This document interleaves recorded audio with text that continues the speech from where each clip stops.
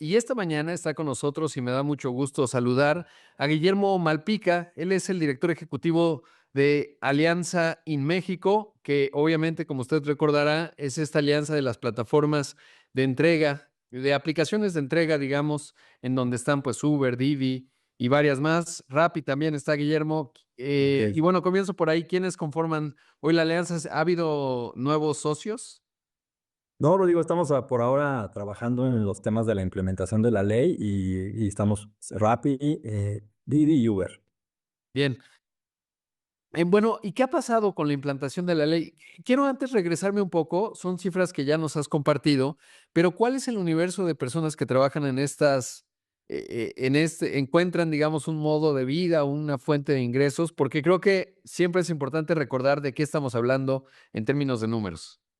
Y Rodrigo, es un mercado difícil de determinar exactamente, pero, por ejemplo, si usamos las cifras del propio gobierno federal, cuando menciona el número de personas que están registradas en este régimen especial del SAT para personas que trabajan en plataformas digitales, estamos hablando de más de 600,000 personas, ¿no? Si estamos hablando, por ejemplo, de los resultados de una encuesta que presentamos el año pasado por Wendy Márquez, personas que utilizan los canales digitales de esta manera son más de 2 millones de personas, ¿no? Entonces, es muy variable el número. Y yo creo que sin duda estamos arriba del millón de personas, pero es difícil determinar un número, ¿no? Más todas las familias, más todas las micro, pequeñas y medianas empresas que dependen también de estos servicios.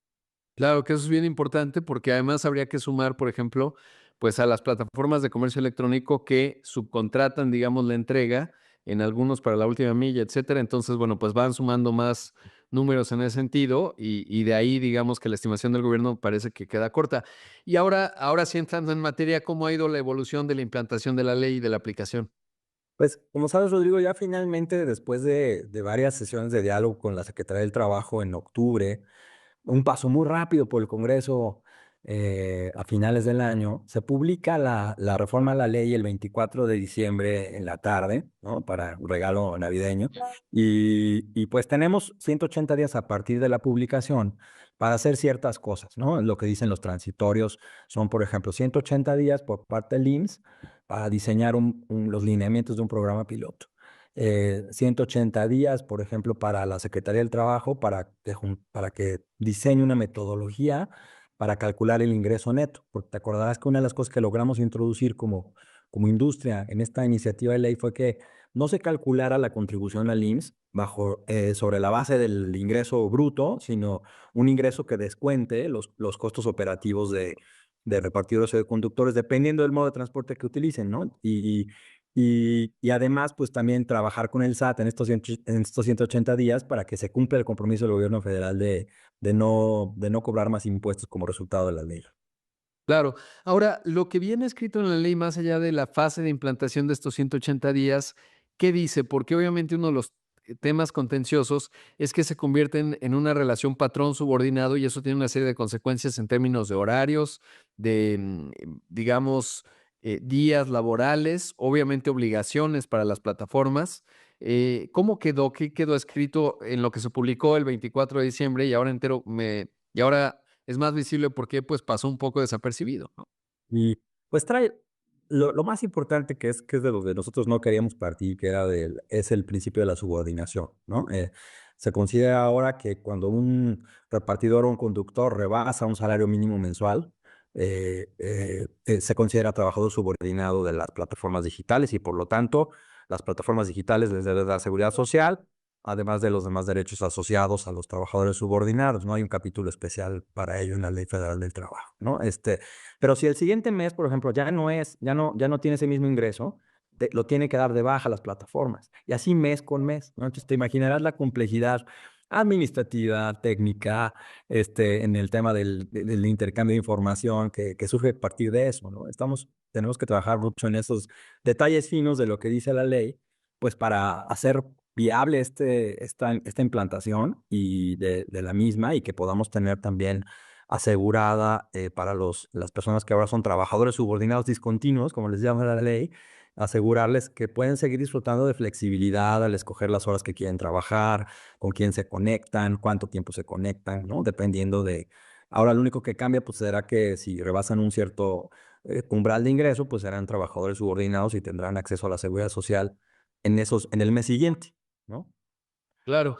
¿Y qué porcentaje del universo, ya decías, no es necesariamente tan visible, pero, por ejemplo, pues seguramente Didi, Uber y Rappi tendrán datos, gana el salario mínimo o más Pues, de un salario mínimo? es difícil saber porque como además vamos a hablar del salario, del ingreso, del salario mínimo, pero expresado en ingreso neto, o sea, le vamos a tener que descontar ciertas cosas, es difícil saber al final del día cuál va a ser ese universo, ¿no? Lo que sí sabemos es, por ejemplo, el número de horas que trabajan, ¿no? Que era uno de los argumentos de las discusiones ahí de octubre, ¿no? ¿Por qué no hacemos esto con respecto al número de horas, ¿no? Sabemos ahí que solamente el 14% de personas se conectan más de 40 horas o más, ¿no? Entonces son los que a lo mejor pues tendrían quizá mayor probabilidad de tener un ingreso de esa naturaleza, ¿no? O los de medio tiempo, ¿no? Que son por ahí más o menos como 3 de cada 10, ¿no? Eh, Recuerdo que cuando se anuncia la iniciativa, pues básicamente la sacaron sin tanto diálogo, si bien había habido un contacto permanente, pero sorprendió a todos, o sea, es decir, fue sin agua va. ¿Cómo va el diálogo ahora en esta etapa de los 100 días?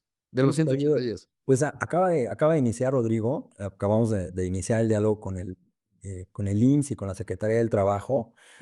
Todavía tenemos pendiente iniciar el diálogo con el SAT y en su caso con el Infonavit, aunque ellos han estado coordinados, el IMSS, el SAT perdón, el IMSS, la Secretaría del Trabajo y el Infonavit han estado coordinados y la reunión que ya tuvimos, la primera reunión que ya tuvimos con el IMSS y con la Secretaría del Trabajo incorpora, digamos, los comentarios del Infonavit. Entonces, lo que vemos de aquí, digamos, al siguiente mes, ¿no? A mediados o finales de febrero, es otra vez estas intensas reuniones periódicas con esas autoridades para tratar de ver cómo van a quedar los lineamientos, cómo va a quedar la metodología para el ingreso neto cómo piensa el SAT articular este compromiso de no cambiar los impuestos. Ya hay un primer contacto, es positivo, vamos a ver cómo se desarrolla eso y cuánta capacidad de incidencia tenemos en lo que se presenta en la mesa. Claro. Guillermo, ¿y qué visibilidad tienen de los, pues, de los las personas que trabajan en estas plataformas? ¿Qué se sabe? No he visto tanto, pero claramente se puede convertir en un problema importante, sobre todo porque es un número grande de personas que si se manifiestan, es más que los trabajadores de las empresas más grandes de México. ¿Qué se sabe de ellos? Pues han seguido organizándose. Recordarás que había varios grupos, varios colectivos, ni un repartidor menos, ni una repartidora menos. Después se agruparon en algo que llamaron Repartidores Unidos de México. Hoy justamente están teniendo un primer congreso de repartidores y están acudiendo a la Ciudad de México, organizado por ellos mismos, repartidores de diferentes estados. Entonces creo que también están ya creciendo en su organización y tratando de ver cómo vuelven a tener esa interlocución con las autoridades del gobierno que buscaron el año pasado. Sí están ya, yo creo que están cada vez más organizados, Rodrigo. Claro, no, y lo pienso porque parte, obviamente, la intención, o al menos eso es lo que se dijo, pues es beneficiar los derechos de estos trabajadores, darles mejores condiciones. Obviamente hay cosas muy legítimas, pero otras, pues que a ellos los puede llegar a perjudicar, ¿no? En términos de si estás obligado a tener que trabajar X número de horas para poder tener seguridad social, pues entonces eso no los va a beneficiar. Sí, digamos, esa flexibilidad, pues la pierden y entonces va a generar reacciones importantes. ¿Qué tenemos que observar? Porque, pues, nos dan las sorpresas como la del 24 de diciembre, ¿qué hay que observar hacia adelante?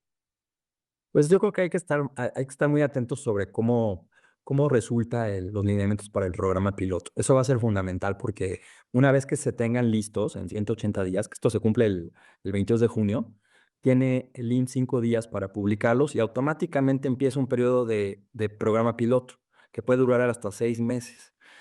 Ahí vamos a tener que tener mucha claridad. Primero, ser muy claros en informar qué resultó del programa piloto, qué lineamientos se acordaron y después observar muy bien cómo funciona la implementación del programa piloto, porque en esos 180 días siguientes, digamos la segunda mitad del año, tenemos todavía la oportunidad también de incidir, volver a los lineamientos del IMSS, quizá volver a algún tipo de reforma en la Ley Federal del Trabajo que nos permita seguir afinando esto, cerrar los vacíos los vacíos o la incertidumbre jurídica que se pudiera generar y que podemos estar observando ya en la implementación y proponer mejoras que, pues, que hagan al final del día esto un ejemplo, de lo que sí se puede hacer y no un ejemplo de cómo salió mal. Pues sí, mucha improvisación, si te soy sincero, lo que se percibe, pero bueno, ojalá que se vaya corrigiendo en esta parte, que es clave, porque de otra forma, pues va a haber problemas. Y además, como ya lo decías, muchas microempresas, restaurantes, etcétera, que se modifica el modelo de negocio y algunas plataformas suben precio, etcétera, pues esto te repercute en el consumo. Y entonces eso va a ser un factor importante en un ciclo además económico bastante más bajo que el 2024. Y bueno, pues todo eso a considerarlo, tú que eres economista. Guillermo, te agradezco mucho la entrevista. Al contrario, Rodrigo, muchas gracias y a tus órdenes. Te mando un abrazo. Ahí escuchamos y vimos a Guillermo Malpica, el director general de la Alianza InMéxico.